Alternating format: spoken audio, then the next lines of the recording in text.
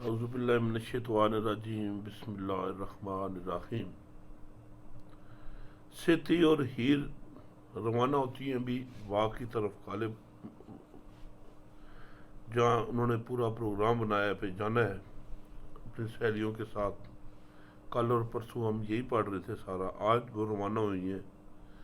پیر وارث شاہ لکھتے ہیں، حکم ہیر دا ماؤ تھی لیا سیتی، گل کیتی سو نال سہیلیاں دے، تیار ہویاں دوویں ننان بابی، تیار ہویاں دوویں ننان بابی، نال چڑھے نے کٹک ربیلیاں دے، چھڈ پاس نے ترک بے راہ چلے، راہ مار دے نئے اٹکیلیاں دے، کلے پٹ ہو گئی وچ ویڑیاں دے، رہی ایک نہ وچ حویلیاں دے،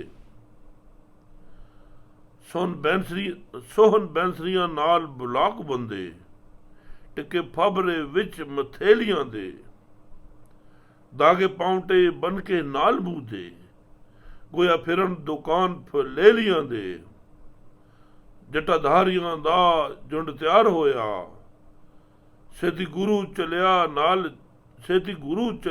نال چیلیاں دے، راجے اندر دی سبھا وچ ہوئی پہ عجب چنکار اربیلیاں دے، آپ ہار سنگار کر دوڑ چلیاں، ارتھ کیتیاں نے نال بلیلیاں دے، وارث شاہ کستوری دے مرگ چھٹے، تھئی سریر متھیلیاں دے۔ لکھتے ہیں کہ سیتی نے ہیر کو اپنے ہمراہ لے جانے کے لیے وہاں سے اجازت لی اور سہیلیوں کے ساتھ بات چیت کی۔ دونوں نند باوج تیار ہو گئیں تو ان کے ساتھ البیلیوں کا لشکر بھی چل پڑا۔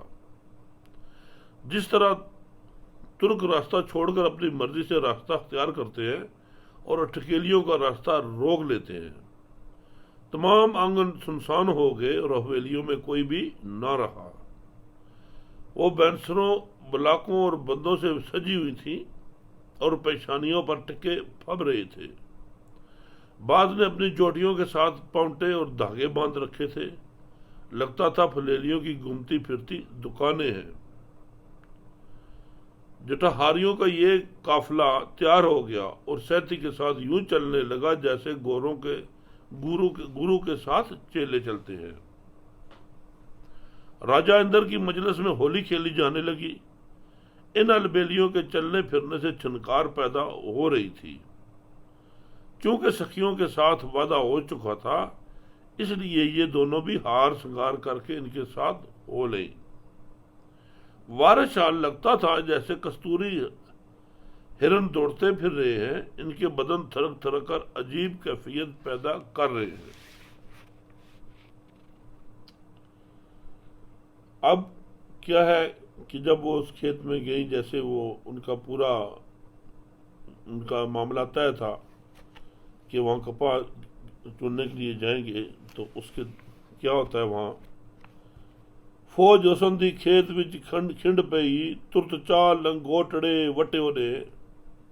جب وہ ساری گٹھی ہو کے کھیت میں چلی گئی کپا اٹھانے کے لیے، فوج حسن دی کھیت وچ کھنڈ گے پئی، ترت چال لنگوٹڑے وٹے نے، سمی گت دیاں مار دیاں پھرن گڑدا، پھمبی گت بناوٹ پٹے نے، توڑ ککروں سول دا وڑا کنڈا، پیر چوب کے خون پلٹے نے، سیتی ماندرن فندا ناگ بجیا، دندی مار کے خون لٹے نے، شست انداز نے مکر دی شست کی تھی، اس حسن دے مور نو پھٹے نے، وارث یار دے خرچ تحصیل وچوں، حصہ صرف قصور دا کٹے نے۔ کیا ہوا، حسن کی فوج کھیت میں بکھر گئی اور فوراً کمر بستہ ہو گئی۔ انہوں نے سمی پھبی اور گدھا ناچتے ہوئے کھیتوں کی منڈیریں اور پگڈنڈیاں توڑ پھوڑ دیں۔ کیکر کے درخت سے ایک بڑا کانٹا توڑ کر ہیر کے پاؤں میں چبویا تو خون نکل آیا۔ سیتی نے ماندرن بن کر جیلی ناگ کا زہر دانت مار کر باہر بہا دیا۔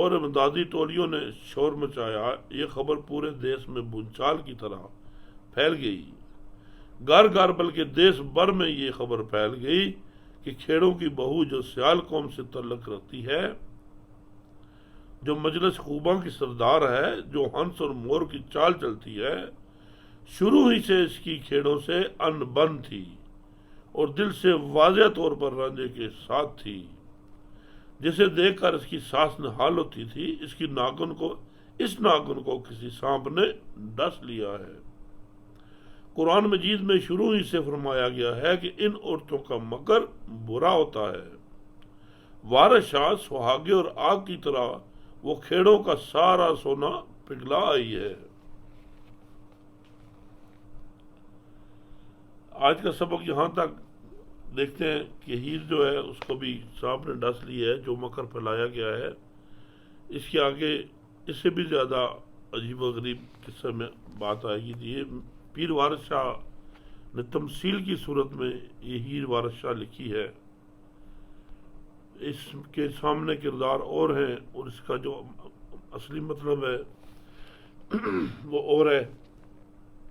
بہرحال اللہ کے کرم سے آہستہ آہستہ پڑھتے ہیں، ہم اس قصے کے بھی قریب تک پہنچ گئے ہیں۔ آج کا قصہ یہاں ختم کرتے ہیں، کل آپ کے ساتھ ہوں گے بشرطِ زندگی۔